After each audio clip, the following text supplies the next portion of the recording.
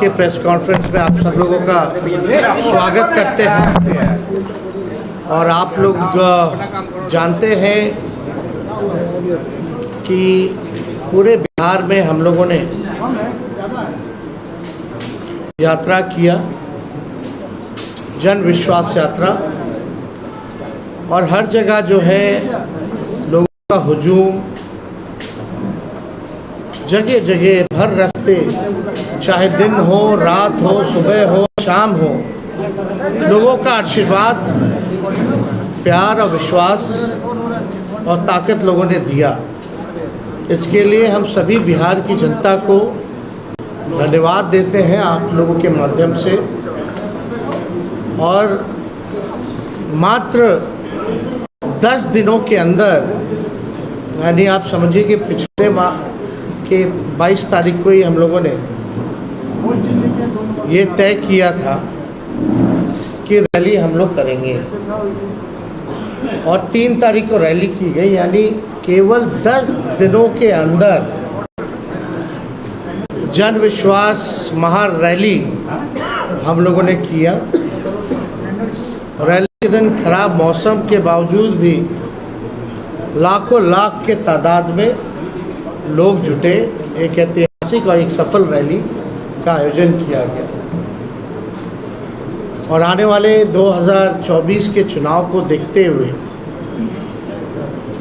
बिहार की धरती ने एक ऐतिहासिक रैली के माध्यम से पूरे देश में संदेश दिया कि हमारा जो गठबंधन है, महागठबंधन, इंडिया गठबंधन, ये मजबूत है और आने वाले समय में बिहार से हम सब लोग चौंकाने वाला रिजल्ट देंगे। लोगों का जिस हिसाब से उत्साह था, एक एनर्जी थी, एक वाइब्रेंट रैली आप कह सकते हैं था। बारिश हो रहा था लेकिन सुबह से लोग डटे हुए थे। शाम में को, उनके नेताओं को, कार्यकर्ताओं को भी हम धन्यवाद देना चाहते हैं इस सफलता के लिए। और आने वाला जो चुनाव होगा, साफ तौर पे जो हम लोगों ने लकीर खींची है, हम लोगों ने जिस हिसाब से 5 लाख नौकरियां, बहालियां निकाली हैं, नियुक्ति पत्र लाखों में बांटने का काम किया मात्र 17 महीनों में, आरक्षण की सीमा बढ़ाई गई, नियोजित शिक्षकों को राजकीय कर्मी का दर्जा देने का निर्णय हम लोगों ने कैबिनेट से लिया। स्वयं सहायता समूह, चाहे जीविका दीदी हो, आंगनबाड़ी महिला हो, तालमी मरकज हो, विकास मित्र हो, टोला सेवक हो, आशा दीदी हो, ममता दी हो, सभी लोगों के मानदेय को बढ़ाने का निर्णय इन 17 महीनों में हम लोगों ने किया। इसके साथ साथ स्पोर्ट्स पॉलिसी के साथ साथ, आईटी पॉलिसी के साथ साथ टूरिज्म पॉलिसी भी इस 17 महीने में हम लोगों ने लाया। जो खिलाड़ी स्पोर्ट्स पॉलिसी के तहत हम लोगों का था कि भाई जो खिलाड़ी मेडल लाएंगे, बिहार का, देश का नाम रोशन करेंगे, उनको भी हम लोगों ने नौकरियां दी। और हाईएस्ट लेवल है उस मामले में डीएसपी के लेवल तक का नौकरी जो है लोगों को मिलेगा, जैसा वो मेडल लाएंगे। तो खेल के साथ साथ जो पढ़ने वाले लोग हैं, हम लोगों ने नौकरियां देने का काम किया। हम लोगों ने 17 महीने में लोगों के हाथ में कलम दिया, और वही बीजेपी के लोग केवल नफरत बांटने का काम कर रहे हैं, तलवार बांटने का काम कर रहे हैं। अभी भी बड़ा सवाल उठता है कि भाई कैबिनेट का विस्तार क्यों नहीं हो, आखिर क्या वजह है? इतने महीने 1.5 महीना होने जा रहा है और अब तक जो है विस्तार नहीं हुआ, ना ही कोई होने की कोई सूचना किसी को है।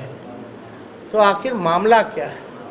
खैर, ये सरकार में बैठे लोग जवाब देंगे, इस पे ज़्यादा हमको टिप्पा टिप्पणी नहीं करना है। लेकिन सवाल उठता है कि ये सरकार बनी है केवल हम लोगों को गाली देने के लिए। कोई भी एक निर्णय जो है ये सरकार ले नहीं पा रही। जिस हिसाब से हम लोगों ने 17 महीने में निर्णय लिया, ऐतिहासिक निर्णय लिया, जाति आधारित गणना कराया, आरक्षण के सीमाएं जिस हिसाब से बढ़ाई, नौकरियों की बात करते थे, देर रात बजे जाकर के अस्पताल में हम लोग छापा मारते थे। तो कहीं भी जो मौजूदा सरकार में लोग जो बैठे हैं उनका इंटरेस्ट जो है केवल लालू जी और उनके परिवार को गाली देने में ही है। 1-1.5 महीना से कोई काम नहीं हो रहा, और जो बजट भी आया वो बजट में हम ही मंत्री लोगों का साइन था। जो केवल भाजपा के वित्त मंत्री जो हैं वो पढ़े हैं, वो हम ही लोगों का काम का गुणगान जो है वो लोग कर रहे थे। ये बजट में देखे तो कैबिनेट में सबसे ज्यादा मंत्री राष्ट्रीय जनता दल के कोटे के थे, कांग्रेस के थे। तो हम ही मंत्रियों का साइन जो हम ही लोगों ने भेजा। खैर ये बातें अलग हैं, लेकिन हम लोग पूरी मजबूती के साथ आने वाले चुनाव में हम लोग लड़ेंगे और बिहार से हम लोग चौंकाने वाला रिजल्ट हम लोग देंगे। तो इसलिए आप सब लोगों को हम आज बुलाएं ताकि आपके माध्यम से हम लोग बिहार की जनता को धन्यवाद दें, चाहे कोई वर्ग के हो, कोई जाति के हो, कोई धर्म के हो, सभी लोगों का पार्टिसिपेशन इस रैली में रहा। तो इसलिए आप सब लोगों को भी यहाँ धन्यवाद देते हैं। अब कोई सवाल होगा तो आप लोग बेशक पूछ सकते हैं। एक सवाल है, आप कहते हैं कि आप कलम बांटने का काम करते हैं और भाजपा वाले तलवार बांटने का काम करते हैं, लेकिन इंडिया ब्लॉक के एक नेता है ए राजा, उन्होंने कहा है कि भारत एक देश नहीं है और अगर ये एक देश है तो एक भाषा और एक परंपरा ये होनी चाहिए। और उन्होंने आगे बढ़ने के बाद ये भी कहा कि रामायण में वो भरोसा नहीं रखते हैं और राम सही नहीं है। ये उनका व्यक्तिगत बयान है, ये हम लोगों का।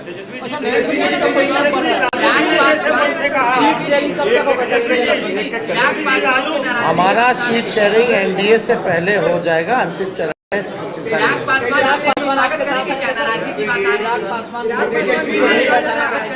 इसमें हमको क्या कहना, हमको तो कहीं जाना है नहीं, हम तो जहाँ हैं वही हैं।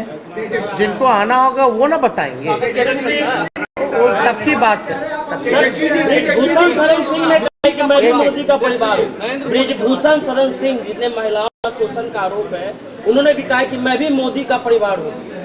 अब देखिए, अब इस पे ज्यादा कुछ तो हम नहीं कहेंगे, लेकिन हम इतना जरूर कहेंगे 80 करोड़ गरीबी से करते हैं हाहाकार, 100 करोड़ बेरोजगार, 120 करोड़ महंगाई से लाचार, दुखी सब परिवार फिर भी कहते हैं उनका परिवार। दोबारा हम पढ़ देते हैं, 80 करोड़ गरीबी से करते हाहाकार, 100 करोड़ बेरोजगार, 120 करोड़ महंगाई से लाचार, दुखी सब परिवार फिर भी कहते हैं उनका परिवार। मतलब मुद्दे की बात होनी चाहिए। पिछले बार चौकीदार हो गए थे, अब जो है परिवार हो गए हैं। ये इससे नहीं, आपको बताना होगा कि आपने कितने रोजगार दिए, आपने कितने कारखाने दिए, आपने महंगाई कम किया कि नहीं किया, आपने पलायन रोका कि नहीं रोका, आपने क्या इंडस्ट्री निवेश बिहार के लिए क्या लाया। आपको इस मुद्दों पर जो है कितनी गरीबी आपने हटाने का काम किया, आपको इन मुद्दों पर जो है लोगों को बात करनी चाहिए।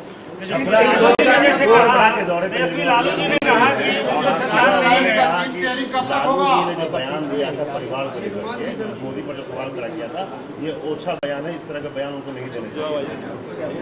इस पर तो सारा बात आ ही है। 2019 जिला रमन छपरा से कोई फर्क नहीं पड़ता होता। मंच पे रोहिणी आचार्य भी दिखी, क्या आने वाले लोकसभा चुनाव में वो भी तुमको भी सब बात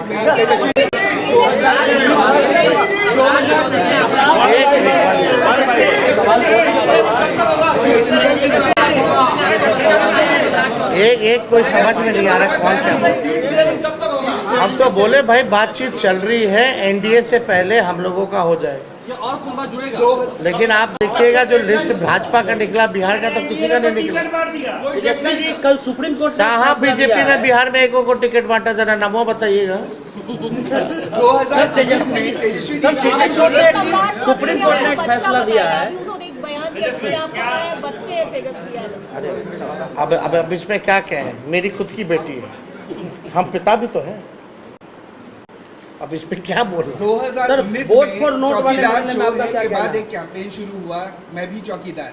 अब लालू जी के भाषण के बाद परिवारवाद पे फिर से एक कैंपेन शुरू हो गया, मोदी का परिवार। क्या लगता है कि फिर से 2019 रिपीट होने वाला है? चलिए, अब आप लोग मानते तो हैं लालू जी के बाद का असर पड़ता है। बट वो अब हर जगह तेलंगाना में भी आप आज उन्होंने वो कहें, उनका कहना है, लेकिन क्या हालात है इस देश के? जो वो कह रहे हैं उनका परिवार, क्या किसान के लोग लाठी से पिटा रहे हैं, क्या वो उनका परिवार नहीं है? अपने परिवार के साथ कोई इस तरह का काम करता है क्या?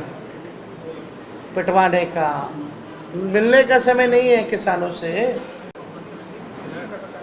क्यों नहीं मिल रहे भाई? क्या किसान खाली कहने के लिए परिवार है? कथनी अकड़नी में तो अंतर है। जनसभा में लाखों की भीड़ हुई, लेकिन भाजपा कह रही है भीड़ से कुछ नहीं होगा, वोट चाहिए चुनाव के लिए। वोट आप लोगों के पास नहीं है, ये बात भी आ रही है। काहेला हम लोग सबसे बड़ा पार्टी बन के आए, प्री पोल में सबसे बड़ा अलायंस बन करके आए। तो बेईमानी नहीं होता, चंडीगढ़ जैसे तो सरकार बना लिए थे हम लोग तो 20 में।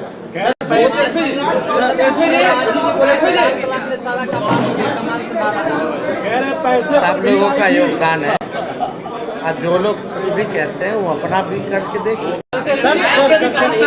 सुप्रीम कोर्ट ने कहा है वोट फॉर नोट का मामला, वोट फॉर नोट का मामला सुप्रीम कोर्ट ने कहा है कि आज जो 4 विधायक हैं उस पर कार्रवाई होगी, क्योंकि सुप्रीम कोर्ट ने कहा कि वोट फॉर नोट के मामले में पार्टी कार्रवाई कर सकती है। नहीं, इसमें हम लोगों ने लिखित में हमारे सचेतक ने और हमने खुद भी स्पीकर महोदय को हमने लिख करके दिया है। तो निर्णय, क्योंकि कानून तो है और इसमें एविडेंस भी है, और एविडेंस आप सब लोगों ने देखा ही था। कोई भी उधर का इधर आके नहीं बैठा, जो कुछ लोग थे इधर के ही उधर जाकर के बैठे हैं। ये तो सबसे बड़ा एविडेंस है। और परंपरा के हिसाब से वोटिंग के टाइम में जिसको जहां सीट अलॉट होता है उसको वहीं बैठना पड़ता है। तो इतना बड़ा सबूत है, तो हम तो लिख करके दिए हैं, कार्रवाई तो होनी चाहिए।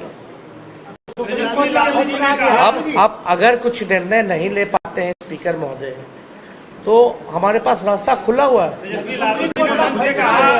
सुप्रीम कोर्ट ने अब खुद कह दिया तो स्पेसिफिकली हम लोग जाकर के फिर लाएंगे। अब तो कम से कम स्पीकर साहब को निर्णय ले लेना चाहिए ना। रैली में जो भीड़ आया है उसको लेकर भाजपा कह रही है कि पैसे पर बुलाया गया है, जो कि भाजपा का ये कहना है। ठीक है, उनकी मर्जी। एक बार फिर सब जितना लाखों लोग आए ना, सबके यहाँ ईडी सीबीआई भेज दे, बता देगा लोग। 10 लाख से ऊपर जो लोग आए हैं, जरा सबसे पूछताछ कर ले।